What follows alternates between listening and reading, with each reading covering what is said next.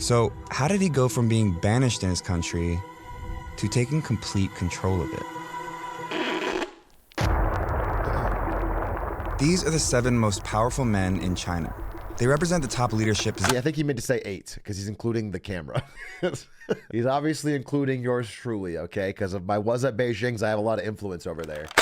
Of the ruling party, and their identities are revealed every 5 years at a carefully choreographed political event called the National Congress. China's Communist Party unveils its new leadership over the next 5 years. The order of appearance is symbolic. The first person to emerge is the head of the party for the next 5 years. At the most recent event in October 2022, that person was Xi Jinping, China's president for the last 10 years, who walked out in the top spot a historic third time after getting rid of China's presidential term limit that restricted all his predecessors to 2 terms. A signal that he may be planning to stay in power for life. Why wouldn't he?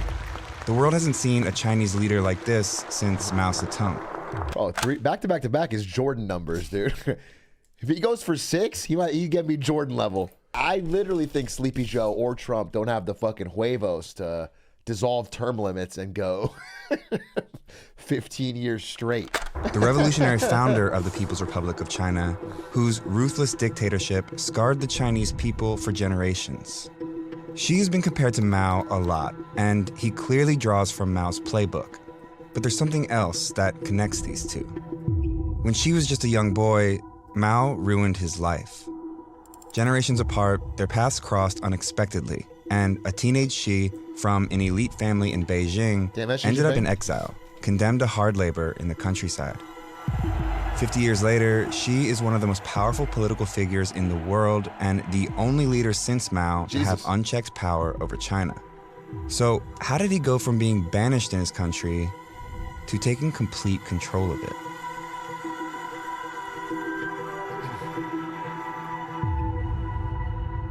It's an underdog Xi story. Jinping's connection to Mao formed long before Xi was even born.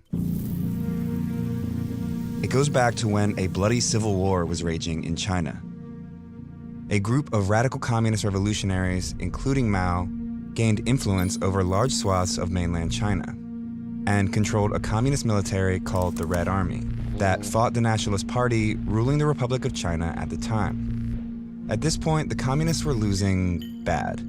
The bulk of their army was pinned down here, in a communist-controlled region originally established by Mao, now surrounded by nationalist forces. And they were running low on food. So the Red Army decided to launch a bold attack to break through the nationalist forces and evacuate the roughly 130,000 communist soldiers and civilians stuck here. On October 16th, 1934, they made their move. Sorry, did you say just like Marvel? Real life, bro. This is a real story from real life on things that actually happen. It is not just like Marvel. Mao is kind of like the Avenger. I mean, you know. And attacked a weaker part of the enemy line. They broke through, and even though their numbers quickly dropped, with thousands dying and thousands more fleeing to the countryside, around 86,000 stuck together and pushed on. This was the beginning of a year-long historic retreat called the Long March, the journey to establish a new communist base far from the nationalist forces. Mao, who used to be a military leader, wasn't in charge at this time. He'd insisted on using guerrilla tactics, which had heavily influenced the Red Army earlier in the war, but that approach had fallen out of favor and he was demoted. Damn. The Long March changed that. After escaping the siege here, the Red Army continued to suffer relentless attacks by the pursuing nationalist army. The military leaders of the march had pushed for a more traditional wartime strategy of direct confrontation rather than Mao's guerrilla tactics. And the result was catastrophic for the Red Army. Yeah, if you're Less than weaker, half of the original escape group survived the first 3 months alone. Jesus. So it was at this first stopping point where Communist Party leader Zhou Enlai handed military leadership back to Mao. And Mao picked an endpoint for the march.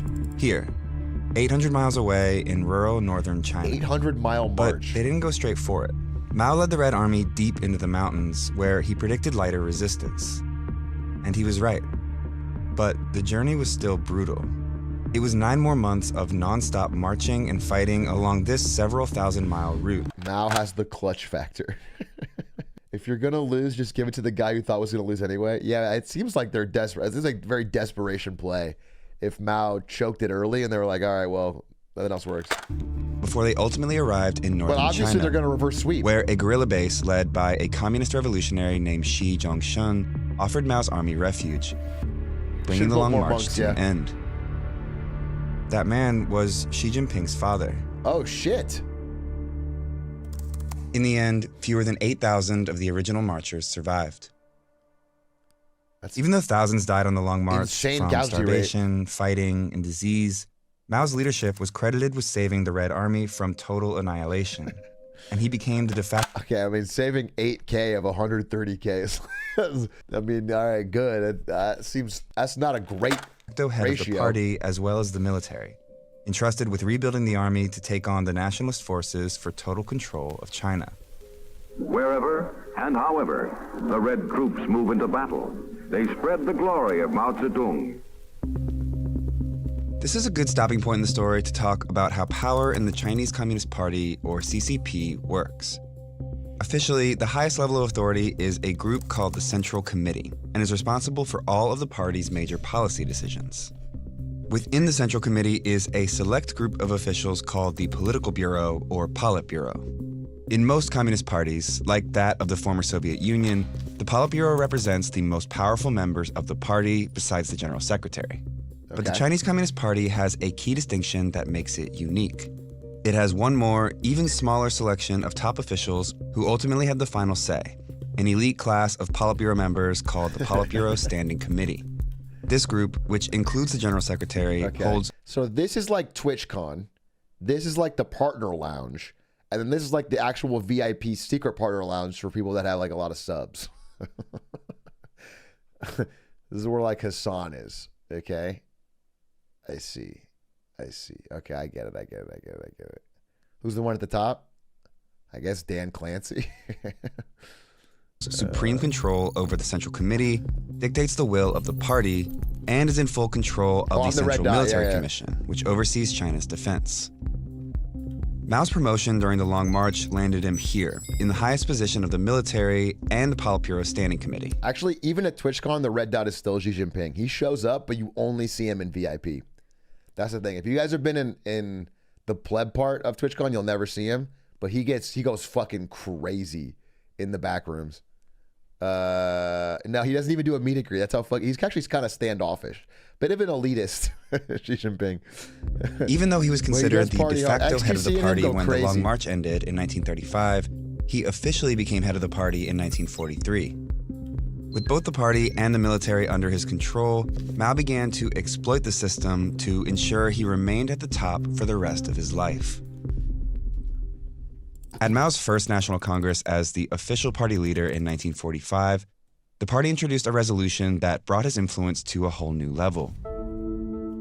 It unified the party around a single understanding of its history and declared Mao's political ideology, later called Mao Zedong thought, or Maoism, as the unquestioned guiding principle of the Chinese Communist Party. Okay. Basically, Mao's ideas or policy decisions could no longer be challenged by anyone. It was here he unveiled his equivalent at the time of the Politburo Standing Committee, the 4 other top party leaders, all long marchers deeply loyal to Mao, like Liu Shaoqi and Zhou Enlai, who'd go on to hold some of the most powerful positions in the future government. 4 years later, Mao declared final victory for the communists in the decades-long Chinese Civil War. See, I kind of got glossed over, and I don't know too much about it myself. How did the communists go from being on the run down to 8,000 people to winning the war, controlling all of China, and punting the loyalists or the KMT out to Taiwan? How did they turn that around? They clutched up. They grinded. I do know that Japan invaded. I know that's part of it. I know this. I know that during the Japanese invasion of China, the Civil War was like basically put on pause. And the communists and the KMT worked together to fight Japan. I do know that, but I just don't know how the numbers must have shifted pretty dramatically. I would love to watch a good video about that really goes into detail on, because I know the broad strokes, I know where it ended up and what happened, but it does seem like an interesting period of history, because that is a remarkable turn of events. And established a new country, the People's Republic of China, or PRC. Mao Zedong, once a lowly party worker, now assumed the stature of the dominant figure in all of Eastern Asia. But winning a revolution isn't the same as running a country. Because now that you're running a country, there's all these other things you have to do, like deliver the mail and like build a dam and stuff like that. You can't possibly have the party do all these things. So the party set up a government that would take the policy decisions made by the Politburo Standing Committee and figure out a way to make them a reality. And so it evolved to a system where the party would make all the important decisions, and especially the Politburo Standing Committee. Then, as it is today, many of these decisions would go to the State Council. So the State Council is the highest decision-making body on the state side, led by the Premier of China. The Premier of China, by the way, is almost always a member of the Politburo Standing Committee. I see. One way Mao kept a tight grip on power over the years was by promoting those loyal to him to top positions in the party and government, whether they had government experience or not. For example, Zhou Enlai, the former party leader who helped Mao rise to power during the Long March, became China's first premier. The advantage of that is that they could never challenge him.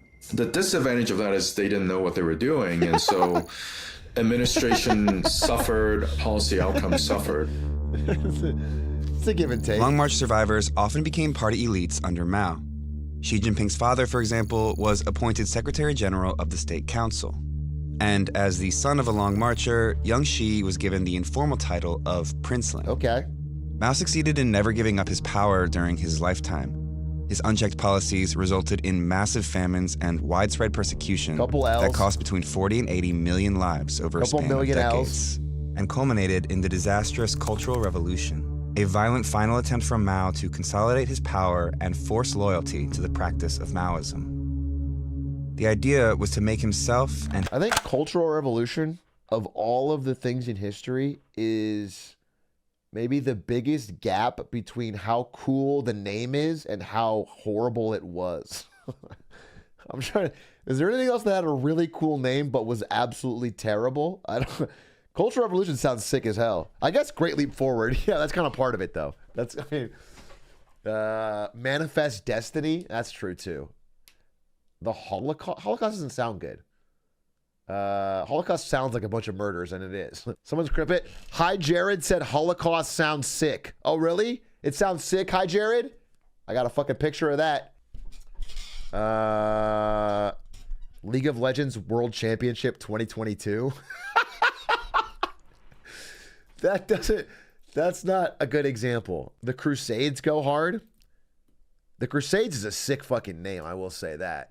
The Black Death. I guess a lot of things. What? You know what's funny? It's all, you guys are picking things that would be good metal band names. So I guess they're cool in that way. But I mean cool as in they sound like a good thing. The Black Death doesn't sound like a good thing, right? Cold War doesn't sound like a good thing. They sound bad. I'm talking about things that sound like they're good. Like the Cultural Revolution, the Great Leap Forward, they sound like good things. No Child Left Behind is a great one. That is a great one. No Child Left Behind sounds like a fucking great program, and it's fucking terrible. It's just like cutting school funding and like standardized testing everything. The War on Drugs, Patriot Act. Yeah, it's a classic. Patriot Act is a classic. Clear Skies Initiative. Wait, what is the Clear Skies Initiative? I'm not sure I'm familiar with that. Clear Skies Initiative. It's supposed to reduce air pollution. What did it do? It didn't even happen, I think. The Manhattan Project is a good one. Manhattan Project? Yeah. Operation Iraqi Freedom. We did call it that, didn't we? That was a banger title. That is a banger title to invade Iraq. Operation Iraqi Freedom is actually fucking... That's classic America. I'll actually fucking fuck with that so hard. Operation Iraqi Freedom. Yeah. The 2003 invasion of Iraq under the codename Operation Iraqi Freedom. That was fucking based, huh? They really... I can't believe they went with that. That's so blatant. His ideas eternal. The way he viewed communist figureheads like Lenin and Marx before him. Anyone that didn't fall in line with Mao's ideology was publicly humiliated, impoverished, excluded from society, and in many cases, executed, either at the hands of the army or by a militant youth group obsessed with enforcing Maoism, the Red Guards.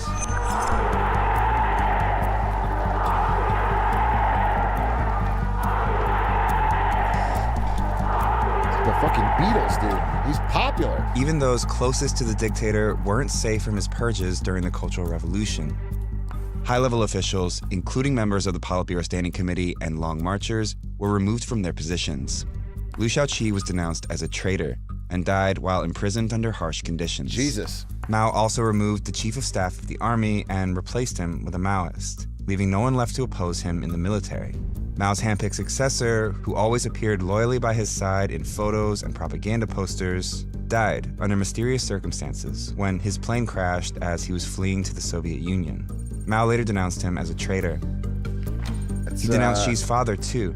This is a photo of Xi Sr. being restrained. Who was the guy, Prigozhin? That's a classic Prigozhin situation. I would not want to fly in the Soviet Union. The planes don't work, bro. The planes don't work well there. Publicly criticized by the Red Guards at the height of the Cultural Revolution. He would remain a prisoner in Beijing for 8 years following this. With his father purged, Xi Jinping, 15 at the time, was expelled from his elite school in Beijing and sent to work in the countryside. He had to live in a cave and, do hard manual labor. His food was barely enough for, a growing young person. And Chairman Mao was responsible for all of it. But then Mao died. I'm pretty sure this is Trump's origin story too, right? He had to work hard manual labor and it was in a cave and his father was politically purged. Yeah, I'm pretty sure. The Cultural Revolution ended. His successor was Deng Xiaoping, one of the Politburo Standing Committee members who was removed from power during the Cultural Revolution, who, just before Mao died, started making a promise to fellow exiled party veterans. Deng Xiaoping signaled credibly to all the surviving Long Marchers that he wanted to rehabilitate people. So when Mao died, they all supported the rehabilitation of Deng. And as soon as Deng was rehabilitated, he went ahead and rehabilitated all these people. With experienced leadership back in place, the party needed to figure out how to prevent something like this. Except for that one time in 1991. From ever happening again. In order to undo Mao's cult of personality, the party introduced a second historical resolution in 1981. It condemned periods of Mao's rule and emphasized a renewed commitment to collective leadership, vowing to oppose the consolidation of power around one person moving forward. The successors to Mao didn't want a dictatorship, so they divided up these positions and put them in the hands of different people. Like Mao, Deng kept tight control over the Central Military Commission as its chairman, and held a leadership position in the government, but was never head of state. He never held the highest position in the party either. Instead, he set up a new advisory commission and served as its chairman, which allowed him to influence the party's direction without positioning himself directly on top of it. This allowed a power-sharing structure while still making Deng the de facto leader of China until he stepped down in 1989, following the army's massacre of students protesting in Tiananmen Square. A protester suddenly ran into the middle of the street and in front of the oncoming tanks. Anger at Deng Xiaoping, the entire Chinese government, it had the real feeling of rebellion in the streets of Beijing. People want to fight the military out of their city. Deng and his ideology, which moved away from Maoism, set a precedent of sharing power. He opened up China and established economic ties with these countries, and was the first PRC leader to visit the U.S. in 1979. Today we take another step in the historic normalization of relations which we have begun this year. Deng's reforms became the foundation for decades of economic prosperity that led China to having the world's second largest economy over time and being on the verge of becoming the world's next superpower. I mean, in terms of like leaders who inherited a country at a certain level of wealth and prosperity and then left a country at a certain level, he might be the all-time greatest increase of any leader ever in history. Other than Biden, right? Other than Joe Biden in the last 3 years. Lee Kuan Yew for Singapore. I might be saying his name wrong, but I do know he is supposed to be one of the greatest leaders. One of the wisest. Singapore really did have an incredible turnaround under his leader, and he's supposed to be pretty smart. I read a book of his quotes online. It was like a PDF download of a book of his quotes. FDR went from Great Depression to top of the world. Yeah, I mean, FDR is my all-time American president GOAT. I just think probably dollar for dollar, yuan for yuan. I think Deng Xiaoping was more, but it'll be interesting to see. Creating a consumer society. It also reminds you that the standard of living in China is going up. Here, capitalism rules. One thing power sharing did lead to was a lot of policy innovation and then some degree of decentralization. And both of these things helped China's economy enormously. Which is why this period of economic growth and reform, stretching over roughly 30 years, is known as the Deng era. And whether he wanted to or not, Deng kept his word and never tried to consolidate absolute power around himself. He did end up sharing power, and that set the stage for power sharing in the party until the rise of Xi Jinping. So what was Xi doing all this time? When they cut to young Xi smoking weed. He was fucking boofing it, dude, for 30 years. That'd be sick. That would be a leader you get behind. Mao died in 1976. Xi was back in Beijing, studying communist philosophy. Even though the Chinese Communist Party had ruined Xi's family, he had joined it, just as the Cultural Revolution was winding down. But why? Personally, he might begrudge Chairman Mao for doing all these terrible things to his family, but I think at this time he also recognized that in the system of the Chinese Communist Party, power is everything. Without power, you're nothing. Hate the player, love the game. But in order to get that power, Xi did something unexpected. He left Beijing. As his competitors were fiercely competing with each other in the 1980s and 1990s, he sort of got out of their way and went to the provinces. He took positions in party leadership in rural, poor provinces all around China, where there were no other princelings to compete with. First in Hebei, a poor rural province outside of Beijing, where he easily reached the top spot as party secretary. Then in Fujian, a heavily militarized region where top members of the army were stationed. He moved up the ranks to party secretary here too, before becoming the governor of the province a few years later. Okay, After making powerful friends in the military, Xi went here, where he once again assumed the office of party secretary and grew his support on the civilian side. This strategy of moving around didn't just give Xi a leg up in areas where competition was slim, it also gave him credibility as a humble, hardworking party leader. And he cultivated a growing group of supporters who would come back into play years down the line. He's got that smile. It was his last stop, and his shortest one, that ultimately got him back to Beijing.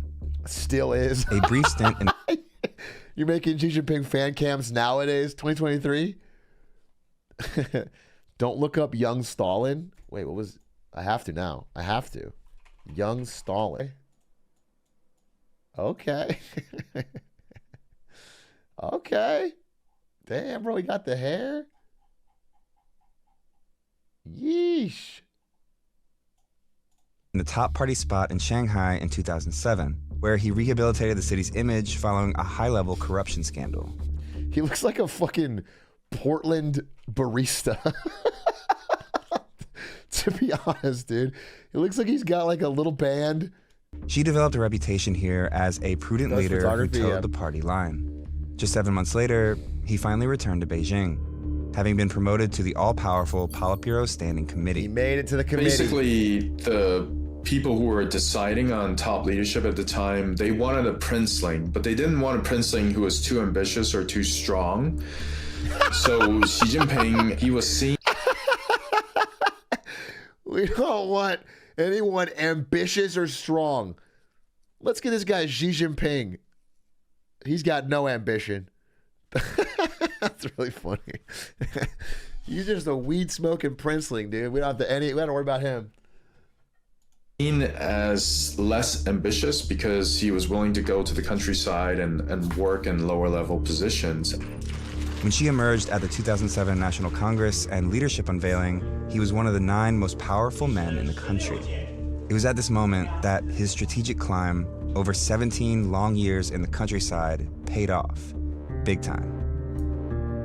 When the General Secretary stepped down in 2012, Xi emerged at the top spot in the party as China's leader. Now, the elite son of a former revolutionary, turned exiled peasant, turned party darling, was poised to seize control of everything.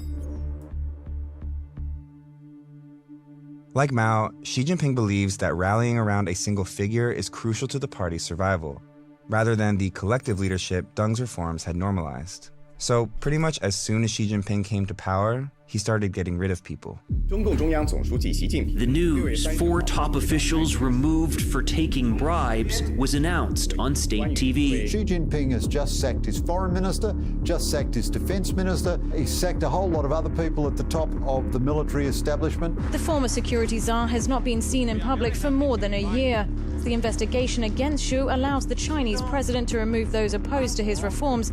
He launched a major anti-corruption campaign as soon as he took power in late 2012, early 13, which led to the arrest of hundreds of senior level officials, as well as military officers. These purges targeted Xi's rivals in the party, whose vacant positions he filled with his own supporters. After this massive purge, Xi Jinping was in very tight control over both the party and also the Chinese military. I talk about this a lot, but based on everything I've read about China, like, he personally has had such a hand in changing, I think, the fortunes of China for the worse. I literally think, because 2013 is when he took power, around 2013, China's rapid rise up to 2013 is insane. And I really think he, at least economically, has made it so much more difficult for them. For the leveling off of what was like uninterrupted growth. It was like a game of Civ and they were headed for an economic victory. That's what it feels like. They were headed for an economic victory and like no one was even stopping it. It was like, and I think I don't know. Delete this VOD when you go to China. What about the weed smoking part? Maybe he wants to smoke with me. By making him the most powerful leader of the Chinese Communist Party since the death of Mao.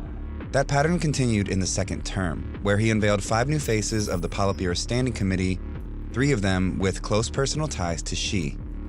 In 2021, Xi pulled off one of his most dramatic acts yet to enforce his influence over the Chinese Communist Party. He introduced a 3rd historic resolution that unified the party's ideology around one clear line of thinking: Xi Jinping thought. Xi's personal political ideology would now be the core in the party's thinking, political stance, and action. Basically, Xi Jinping's ideas could no longer be challenged. Why would you want to? And they weren't for many years. During Xi's first 10 years in power, the size of China's economy more than doubled. So did average individual income. So did military spending.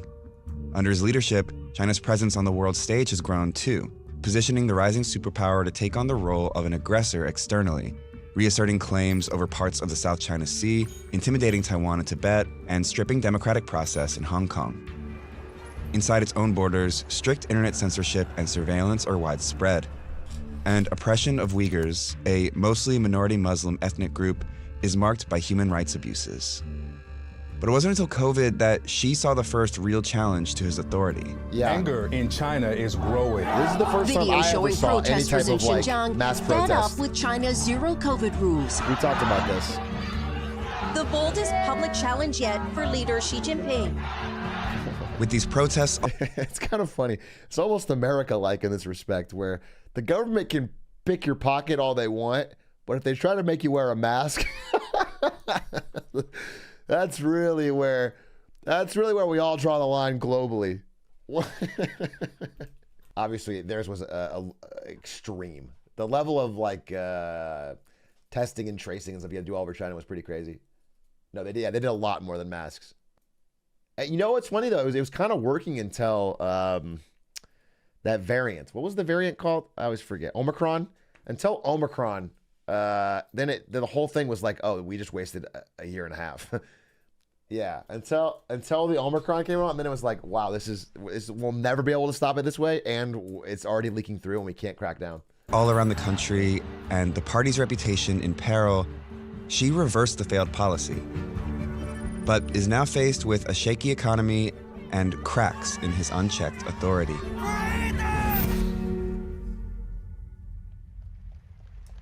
It was just weeks before the widespread protests at the 20th National Congress in 2022 that Xi walked out in the leading position a third time. He'd already locked in the presidency for another 5 years and unveiled a Politburo Standing Committee completely packed with those loyal to him, after removing the final senior members of the party that had ties to his predecessor. Now, there is no one left in party or military leadership whose ideology differs from Xi. I don't think anyone can push him out at this point. I think he will be the most powerful leader in China as long as he's alive and conscious. Thanks so much for watching this episode of Atlas. So many teammates worked on this piece. A small army of editors, animators, and researchers helped bring this Yeah, it was good. Check it out. Sheesh. Yeah.